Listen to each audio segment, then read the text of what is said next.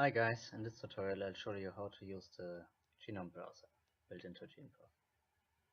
So you can open the genome browser from the navigation menu and then select any organism you're interested in. GeneProf will open up a random genomic location in the genome browser. Takes a little moment to load. There we go. Centered on some random gene that I have never heard of. Instead we'll jump to one of my favorite genes called POR5F1.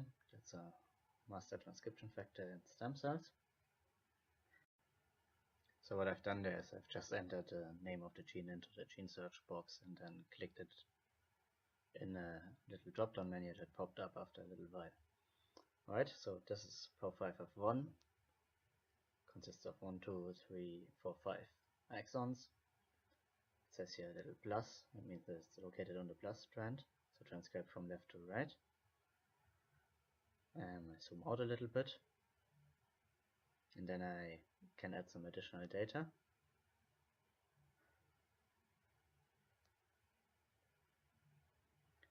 I can search it by category here, expression data.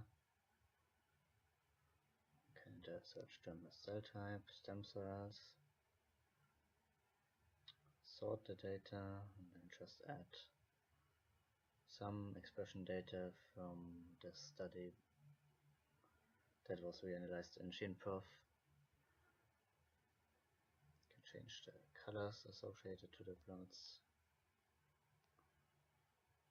So we have wild type ES data and a gene knockdown. Just displayed it in 2 shades of red. And then I also add some histone modification data from stem cells.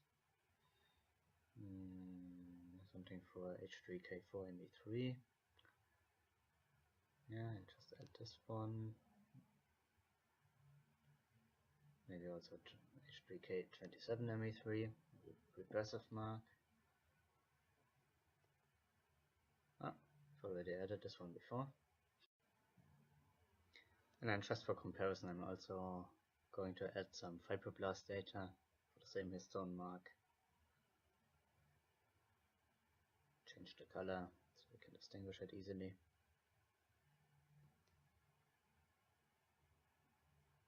Could change the track types here. For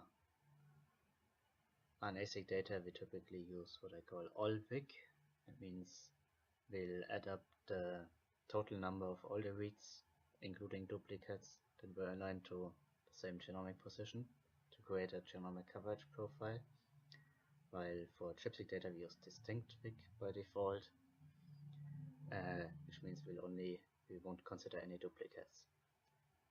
Then we can decide to scale all the tracks to the same range by default, or we can normalize the data to account for differences in library size.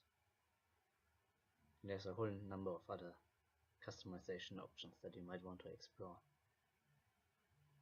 So that's what it looks like. You can see expression data in ES cells and in the knockout ES cells, painting the exons of POR5F1 in each case, and histone data. We can see a little enrichment around the start site of POR5F1 for H3K4ME3. And let's remove the histone data again and normalize the expression data to make this more comparable. So we normalize it per million reads now. I've also changed the plotting type to what's called bars to make it look more like the plots that you probably know from various publications. Now just as a little extra, I'll show you how to browse data from an ongoing experiment. For that you open the genome browser directly from the experiment's main page.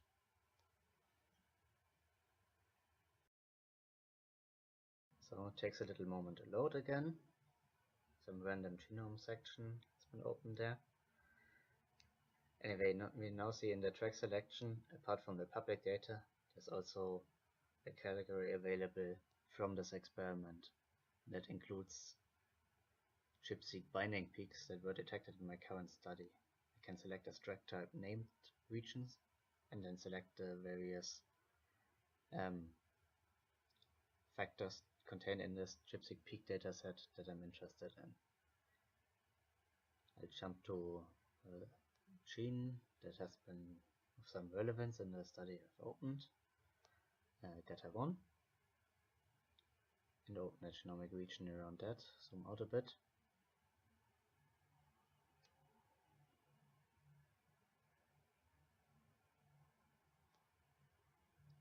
And after a little moment, the plot should be reloaded. You can now see the binding peaks that were detected in the study highlighted in the genome plot. Some upstream of GATA1 and then a few more downstream or upstream of this other gene which is located next to it. You can combine this with any other data in GeneProf as you like.